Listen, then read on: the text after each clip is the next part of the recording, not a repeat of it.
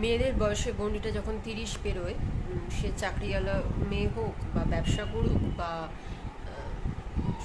এমনি গৃহবধূ যেই হোক না কেন, আমার মনে হয় জীবনের সারমর্মটা যেন তারা তখন ধীরে ধীরে বুঝতে শুরু করে দেয়।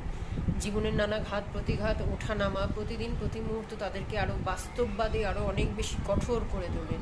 তারা যেন বুঝতে পারে যে এই বাকি সব কিছুই হচ্ছে একটা মুখোশ। সেই দুনিয়াতে আমরা যা দেখছি, যা কিছু শুনছি, সব কিছুই যেন মুখোশ। জীবনের চরম সত্যটা যেন আমরা ধীরে ধীরে ফিল করতে পারি, আমরা যেন বুঝতে পারি 30-35 দাঁড়িয়েও যেন আমরা বুঝতে পারি যে আগামী 30 বছর পর আমি কোন জায়গায় দাঁড়িয়ে থাকবো, সে বিবাহিত হোক অবিবাহিত হোক।